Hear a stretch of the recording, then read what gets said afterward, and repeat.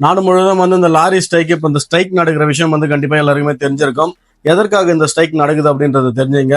நம்ம ஊர்ல இதுக்கு முன்னாடி யாராவது ஒரு நபரை வண்டியில போறப்போ ஒரு தவறுதலா இடிச்சு இறந்துடுறாங்க அப்படின்னா, காசிங் டெத் பை நெக்லிஜென்ஸ் அப்படின்னு சொல்லுவாங்க. இந்திய தண்டனை சட்டத்துல 304A வந்து வழக்கு பதிவு பண்ணுவாங்க.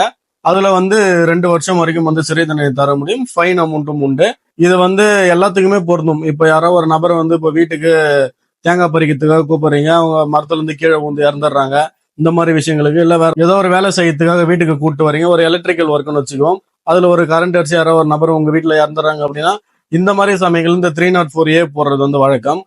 இது வரைக்கும் வந்து நம்ம ஊர்ல இந்த ஹிட் அண்ட் ரன் கேஸுக்குன்னு சொல்லி பாத்தீங்கன்னா எந்த ஒரு தனியான ப்ரொவிஷனும் கிடையாது. முன்னாடி போட்டு இருந்தாங்க. 304A தான் வந்து போடுவாங்க.